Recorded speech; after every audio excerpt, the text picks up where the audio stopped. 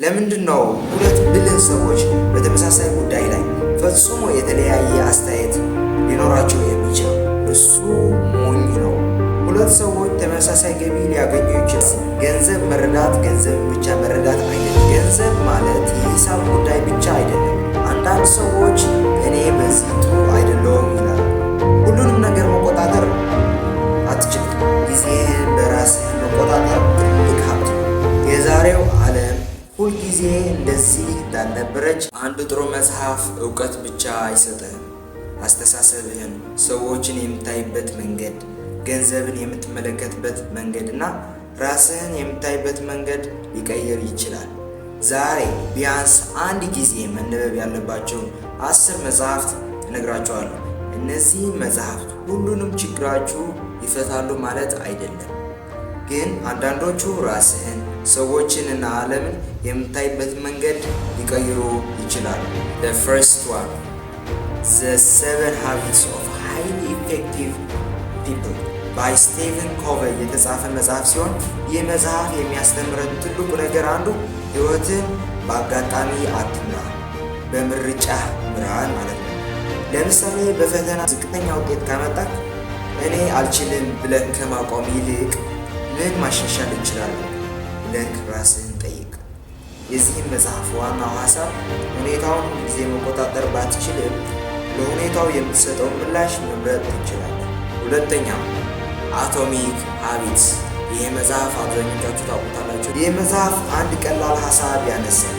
ትንንሽ ልምዶች በጊዜ ሂደት ውስጥ ትልቅ ለውጥ ያመጣል።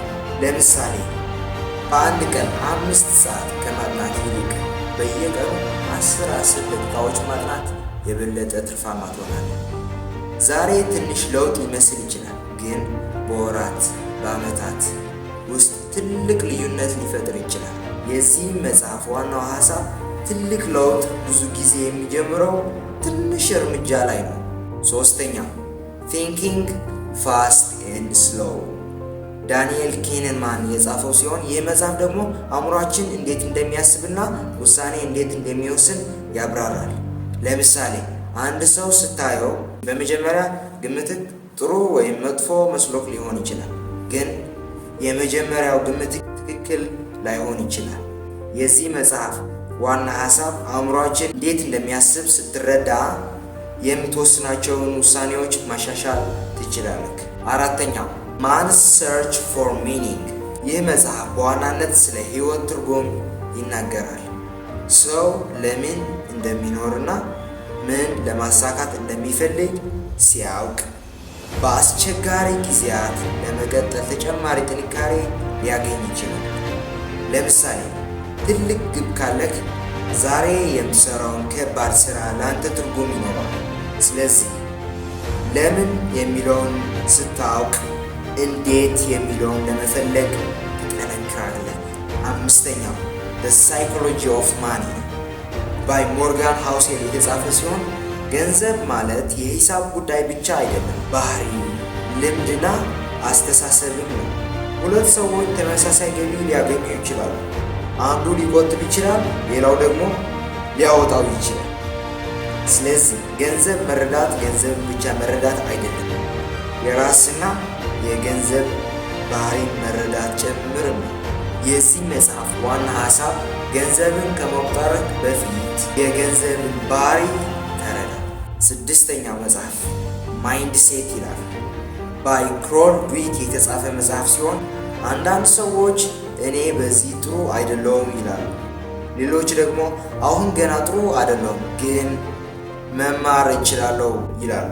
ይህ ልዩነት ትልቅ ነው።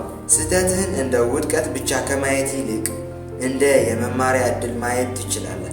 የዚህ መጽሐፍ ዋና ሀሳብ አልችልም ከማለትህ በፊት ገና እችላለሁ በል። ሰባተኛው መጽሐፍ ደግሞ ሜዲቴሽንስ ማርከስ አውሬሊየስ የተባለ አንድ ጸሐፊ የጻፈው ሲሆን ይህ መጽሐፍ አንድ በጣም ጠቃሚ ሀሳብ ያስተምራል። ሁሉንም ነገር መቆጣጠር አትችልም። ሌሎች ሰዎች ስላንተ ምን እንደሚያስቡ፣ የአየር ሁኔታ፣ ያለፈውን ነገር፣ እነዚህን ሁሉ መቆጣጠር አትችልም። ግን ለእነዚህ ነገሮች የምትሰጠው ምላሽ ጥረትህን እና ውሳኔህን መቆጣጠር ትችላለህ። የዚህ መጽሐፍ ዋና ሐሳብ ልትቆጣጠረው በማትችለው ነገር ከመጨነቅ ይልቅ ልትቆጣጠረው በምትችለው ላይ አተኩር። ስምንተኛው ደግሞ ዘ አልማናክ ኦፍ ናቫል ካቪካንት የሚባል መጽሐፍ ሲሆን ኢሪክ ጆርጀንሰን የተባለ ጸሐፊ ሲጽፈው ይህ መጽሐፍ ስለ ሀብት፣ መማር፣ ጥሩ ሁኔታና ትርጉም ያለውን ሕይወት ብዙ ሰዎችን ይሰጣል። ሀብት ማለት ብዙ ገንዘብ ማግኘት አይደለም። ጊዜህን በራስህ መቆጣጠር ትልቅ ሀብት ነው። ለምሳሌ ዛሬ የምትማረው አዲስ ክህሎት ወደፊት አዲስ ዕድል ሊፈጥርልክ ይችላል። የዚህ መጽሐፍ ዋናው ሐሳብ በራስህ ላይ የምታደርገውን ኢንቨስትመንት ለረጅም ጊዜ የሚጠቅም ነው። ዘጠነኛው ደግሞ ሳፒንስ ዩቫል ኖህ ሃራሪ የተባለ ጸሐፊ ሲጽፈው ይህ መጽሐፍ የሰው ልጅ ከጥንት ጀምሮ እስከ ዛሬ ያለውን ጉዞ በሰፊው ይመለከታል። የሰው ልጅ በቡድን መተባበር፣ የጋራ ሐሳቦችን መከተል፣ ታሪክ መፍጠር የሰው ልጅ ስልጣኔ እንዲያድግ ትልቅ ሚና እንደነበረው ያብራራል። ይህን ስታነብ የዛሬው ዓለም ሁልጊዜ እንደዚህ እንዳልነበረች ትገነዘባለህ። የዚህ መጽሐፍ ዋና ዓላማ የዛሬዋን ዓለም ለመረዳት የትላንቱን ታሪክ ማወቅ ግድ ይልካል ማለት ነው። አስረኛውና የመጨረሻው ፎር ዛሬ ደግሞ ዘ ራይተርስ ማይንድ በጆናታን ሃይዲት የተጻፈ ሲሆን አንድ ጥያቄ አስብ። ለምንድን ነው ሁለት ብልህ ሰዎች በተመሳሳይ ጉዳይ ላይ ፈጽሞ የተለያየ አስተያየት ሊኖራቸው የሚችለው? ይህ መጽሐፍ ሰዎች ስለ ትክክልና ስህተት የሚያስቡት እሴቶቻቸውን፣ ባህላቸውን እና ልምዳቸውን እንደሚጎዳ ያብራራል። ስለዚህ ከአንተ የተለየ ሰው ሲናገር እሱ ሞኝ ነው ከማለትህ በፊት ለምን እንደዚህ ያስባል ብለህ መጠየቅ ትችላለህ። ስለዚህ የዚህን መጽሐፍ ዋና ሐሳብ ሌላውን ሰው መረዳት ማለት ከእሱ ጋር መስማማት አይደለም። አይሆን የዛሬ ቪዲዮ በጣም ጠቃሚ ነበር እና አስሩን መጽሐፍት የምትፈልጉት ከሆነ ቴሌግራም እና ዋትስአፕ ግሩፓችን ላይ ኪራ አካዳሚ ብላችሁ ሰርች በማድረግ ወይም ደግሞ ሊንኩን ዲስክሪፕሽን ላይ አስቀምጥላችኋለሁ። በቀረ እስከ ቀጣይ ቪዲዮ ጉድባይ።